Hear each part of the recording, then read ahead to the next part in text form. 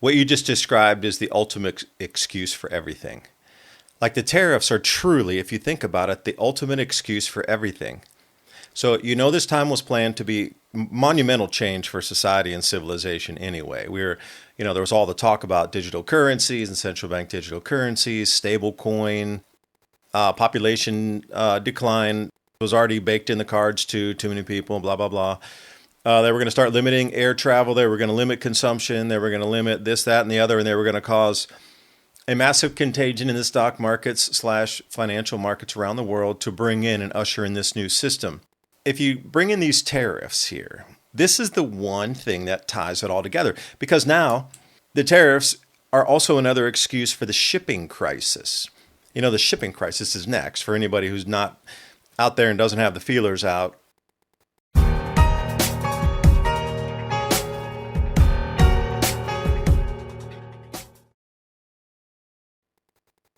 Welcome to another edition of Tradcat Night, special guest exclusive podcast right here on the tradcatnight.org website. Again, we've got David Dubine returning to the program.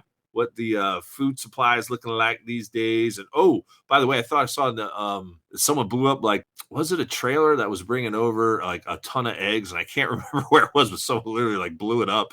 It's like the new mafia front business, the egg cartels. But welcome back to the show, and what's been happening? Appreciate you having me back. I am on my fertilization list for my orchard and getting all of our food production coming from the ground to our fingers on our own property. There's a lot of talk about food disappearing, and I get it. But your first line of defense against that is your own food production at your own residence or around you somewhere. So we're going to be putting in extra sweet potatoes. We got a little anxious jumping the gun, and luckily we didn't lose all of our plantings of the tomatoes and the peppers and all these things. We were able to cover most of it over the freezes. But think about food production or wild foraging right where you're at, where some super easy ones to catch in the spring, because next spring will be next spring and you can catch the same ones again. Start identifying the plants around your area, because it does look like, food's going to get, let's say, way more expensive. And a lot of countries are going to stop sending it here because of this. So we're going to have two different dogs nipping at our heels on this. Good stuff, buddy. I mean, personally, with you, what you've been up to? What you've been keeping busy? You're still in Tennessee. How's the weather been down there? I mean, I thought some areas in Tennessee got whitewashed with that last atmospheric river thing that happened. Yeah, they had some of the biggest floods they'd ever had, from Nashville west out to Memphis. And then the Ohio River coming into the Mississippi River filled up, and then everything subsequently from there was just getting raging river torrent form, filling up the Mississippi right along in that area coming through Memphis. Also massive floods. But we got cold over here a couple nights where all the fruit blossoms, fruit blooms, whatever, got tossed and frozen off the trees, whatever, didn't make it through that 2 weeks of warmth. So nature's throwing things at us, and now politics is throwing things at us. So when I say that, I really mean anybody out there, you're going to have to start thinking about victory gardens and pulling the clock back a little bit to the way we used to do it, say, 2 generations ago, compared to this globalized, getting fruits out of season, kind of never-ending supply chains. That is rapidly grinding to a halt. And it's planned, Eric. It's planned. Because if you go back to 1976 and we find the Lima Declaration, Lima, Lima, Peru, Lima Declaration, the whole deindustrialization had been part of that plan anyway to bring us to where we sit right now, taking away the industrial might of the industrial powers after World War II and thinning that out and allowing what was then third world nations to accrue technology and more equal distribution of the wealth. And that's pretty much come to its fruition. It's rolled its course. Now, the new 2025 to 2050 plan from the same planners of that are bringing us back away from globalization down into localization / continentalization. Marjorie has taught millions of people how to grow an abundance of food in a grid-down situation, even if you have no experience, are older, or out of shape. I've spent decades finding the fastest, easiest, and funnest ways for the average person to be able to grow a lot of food. I've created a step-by-step process that's so simple that even kids to elders have been using it in order to grow a lot of their own food. And you can too, even if you have no experience, you're older, or you're out of shape. Marjorie's free webinar provides you with the tools and knowledge that you need to thrive during these difficult times. You'll learn Marjorie's 3-part system for quickly producing vegetables, eggs, meat, and much more. Go to homegrown2030.com. That's homegrown2030.com, or click on that link in the description box below. So the shipping crisis shall be on our doorstep, along with the force majeure non-delivery of airplane parts to limit your air travel, and we could start to see a lot of things that were Agenda 2030 driven are also put into this 2025 to 2050 agenda here. It's more of a 25-year period of change that's planned versus just a single date that everybody's looking at. Glad you mentioned. I actually just recovered the 2045 strategic social initiative that started over there in Russia. So it was quite interesting to kind of rehash that topic. But yeah, a lot of people get caught up on the whole Agenda 2030 thing. But I'm like, dude, there's so much more to the program than just what they have for 2030. Not meaning to undermine Agenda 2030, but there definitely is a whole lot more on their palette past that. But get back to the tariffs and tying it into stock market. Again, since the last time you and I talked, it's been like a mini roller coaster ride with that. Some people claiming market manipulation, some of the oligarchs making even more money while others are losing monies. I'm not quite sure where we're at. What are you expecting here in the not so distant future? You've had some big names come out and say when all is said and done, it's going to be an 80% drop. I forget what the one CEO who accurately predicted the 2008 crash, I forget what his name was, but that's what he is saying. I have said I thought it'd be like around 50 or something percent, so it's even more than what I have suggested. But what does it all mean in the end, and what does it look like, on the post side, like practically speaking, for the everyday person listening to this program? What do stores look like, and how soon? Well, we're going to do an inverted pyramid on the answer. And what you just described is the ultimate excuse for everything. Like the tariffs are truly, if you think about it, the ultimate excuse for everything. So this time was planned to be monumental change for society and civilization anyway. There was all the talk about digital currencies and central bank digital currencies, stable coin, standard, and all these things moving in the direction. Population decline / depopulation agenda, whatever you like to term that as, was already baked in the cards too many people, blah, blah, blah. They were going to start limiting air travel. They were going to limit consumption. They were going to limit this, that, and the other, and they were going to cause a massive contagion in the stock markets / financial markets around the world to bring in and usher in this new system. Each and of those parts, it doesn't really accomplish the goal of the other part.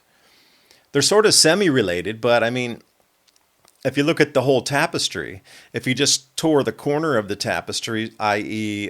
Some depopulation thing, did it really rip down the stock market and cause such a contagion that we need to come into a new global monetary system? No. But if you bring in these tariffs here, this is the one thing that ties it all together. Because now the tariffs are also another excuse for the shipping crisis.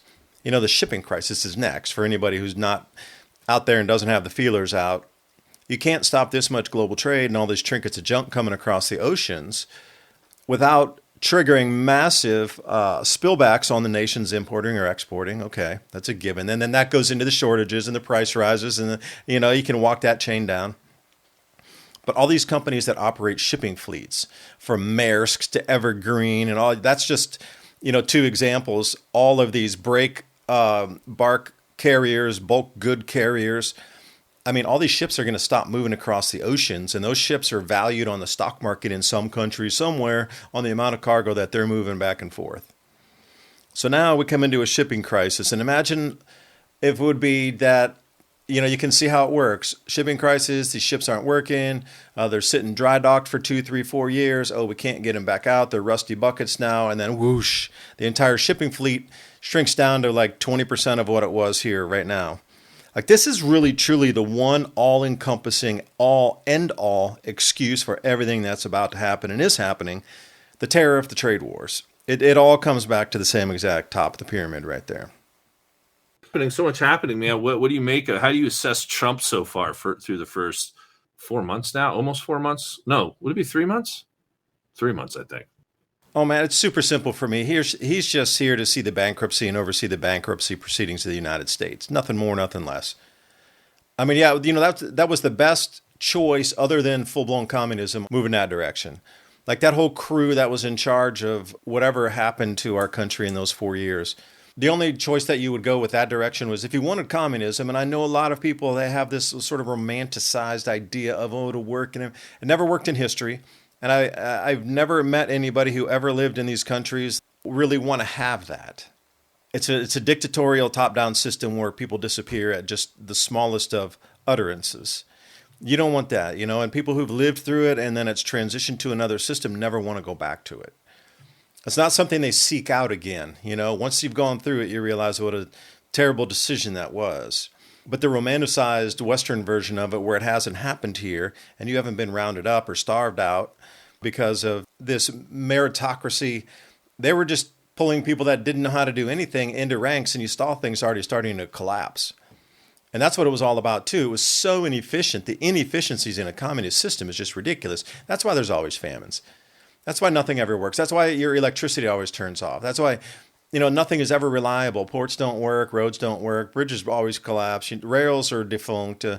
Energy production systems don't work because they never train anybody. And you just get up because daddy knew my daddy and I'm in the top position, but I will never train as an electrical engineer, but I'm supposed to be running the energy department. Jeez, come on. This is what happens. So that choice of that is 0% chance. So knowing that we were coming into a never-ending money printing side of things and we could never pay it back. And, you can only kick the can for so long. And all these people started buying gold. And that was the trigger that, it's changed now. The whole gold buying spree started like 2 years ago. You knew it was coming to an end at that point. Anybody who had eyes to see over 4,000 years of history knew when these central banks went super deep, not knee deep in gold, but like, 6-story building deep in gold, that they were changing over to a gold-backed system, at least for part of it. And then you marched in on these real-world asset declarations, and BlackRock now going to digitize 10 trillion, I think, of assets here, at least in the United States. And there's others that are working with BlackRock across the world. And I think so far they've pledged in like 32 trillion.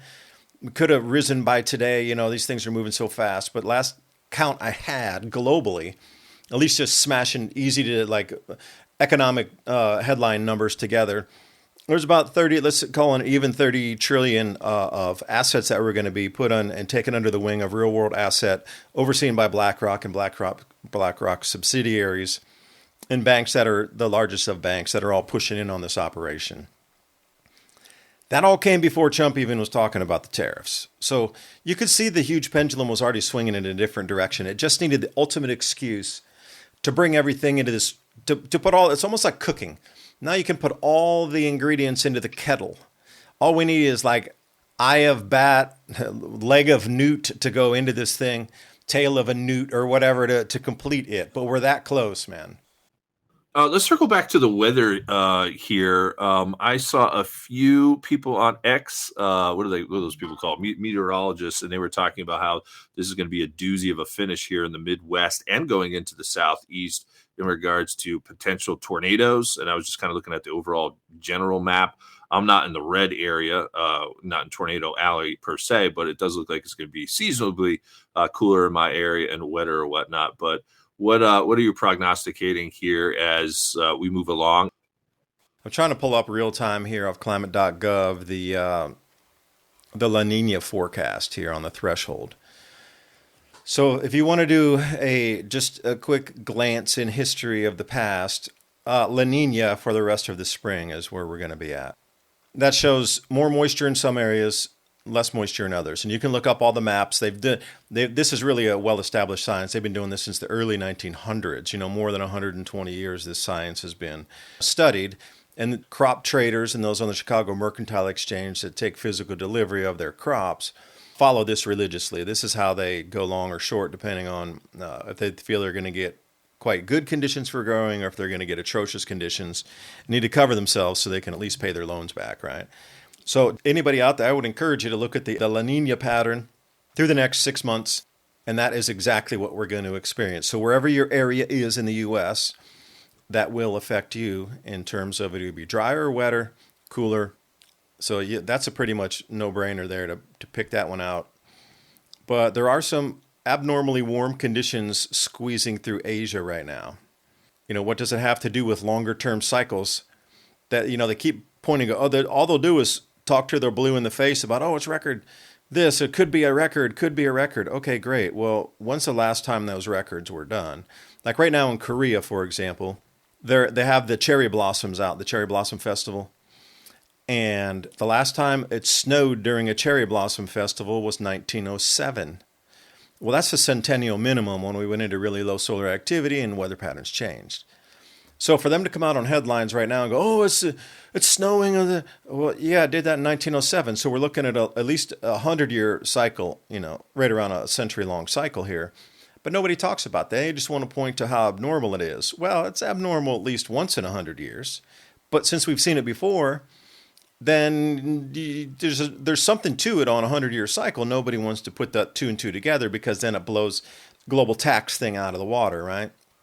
You can't have that. And the whole thing about cherry blossoms too, these ridiculous reports coming out of Japan, trying to get everybody to believe that the cherry blossoms are blooming 2 weeks earlier than they ever have, even since the 1600s.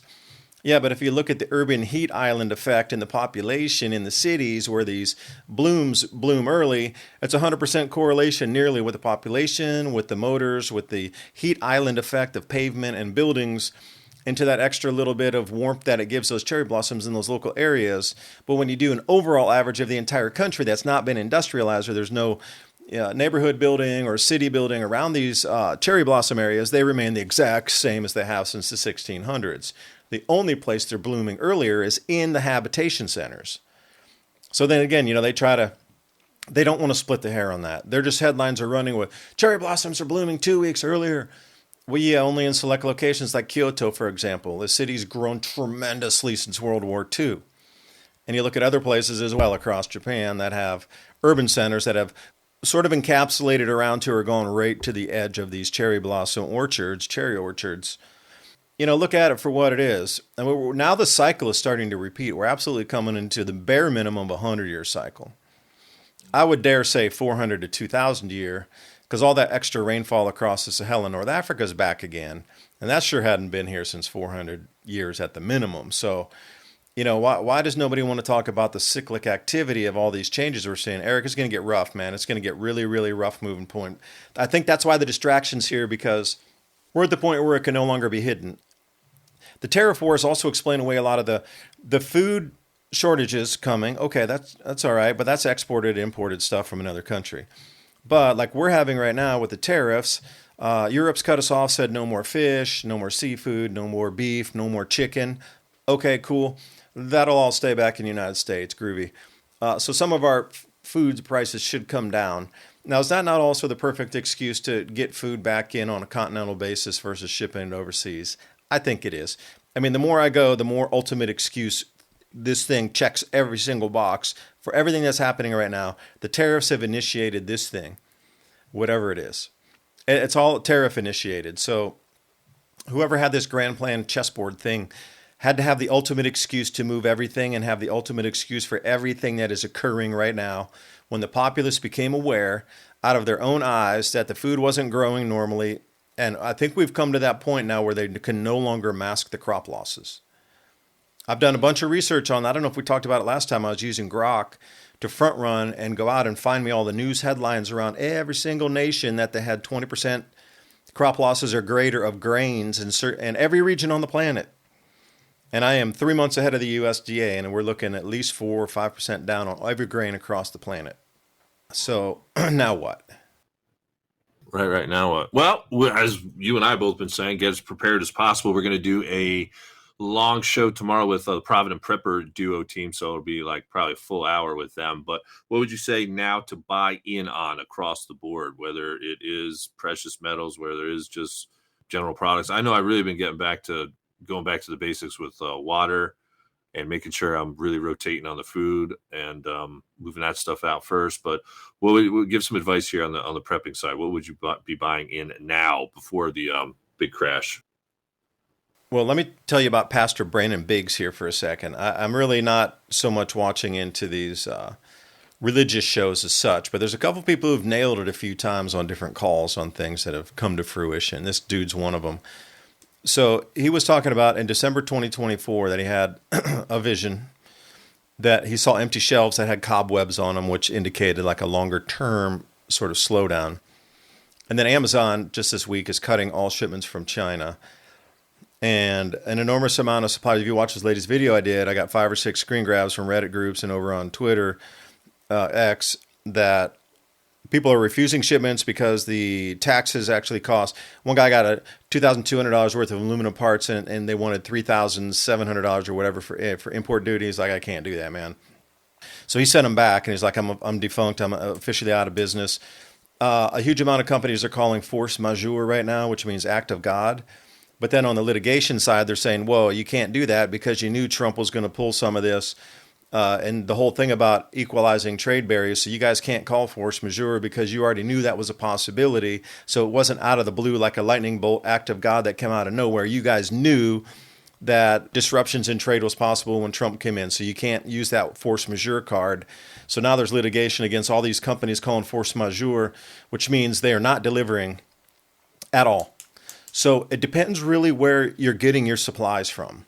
If you're getting your perhaps or whatever from an American company producing in America, and I know there's still some, but not a lot. There's some that should not be disrupted, but their order volume is going to increase greatly.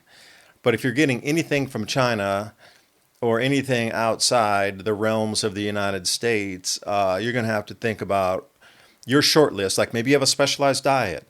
Maybe you have children and they're getting infant formula. Maybe you have special medication, and most of the meds, the base ingredients are produced in China. So, you start to add all these things up. It's not really one answer that you can give for that.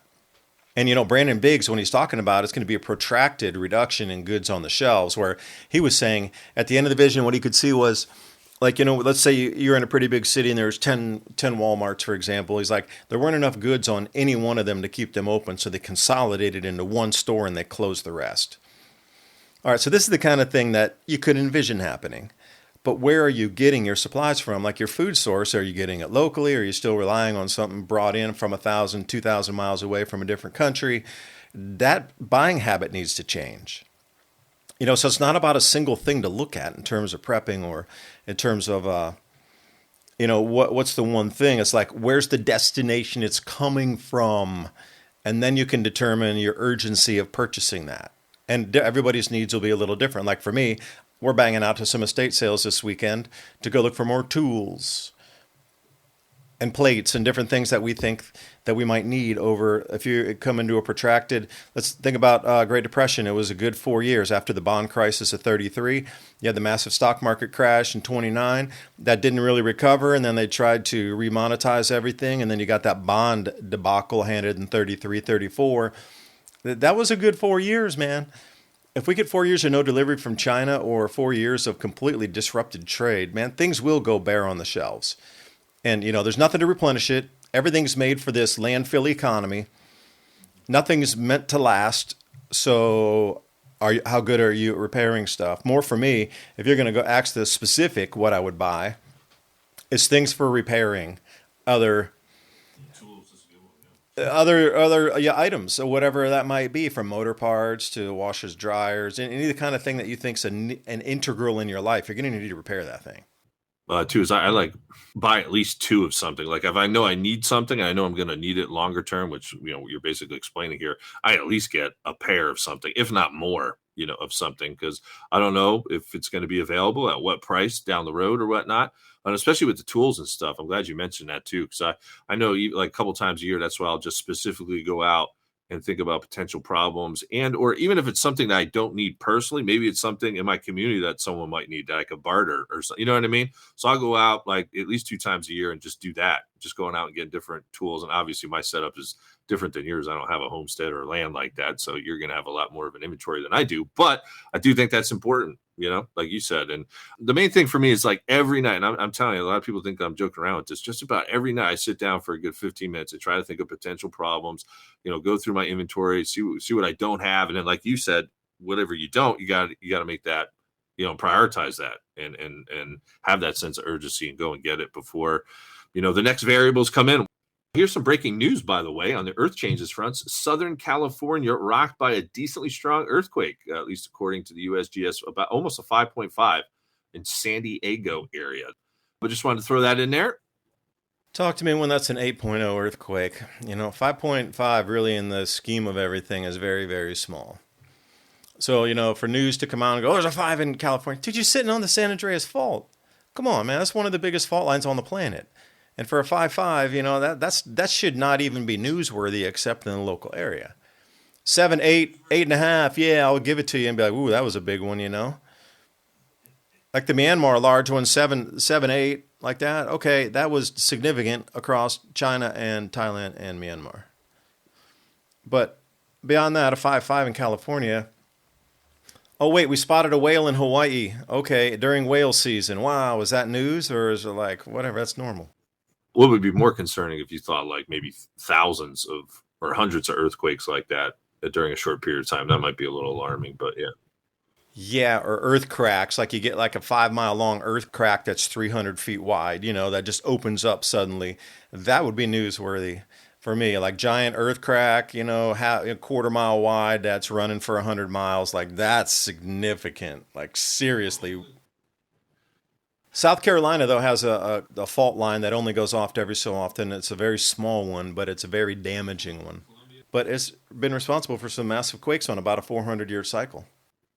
They just found one up in Minnesota, too. I remember doing a report on that over the last 5 to 10 years. It's like on one of their major, or on the major highway, whatever the major highway is, like in Minnesota, they just found a major fault line that's starting to crack and split open.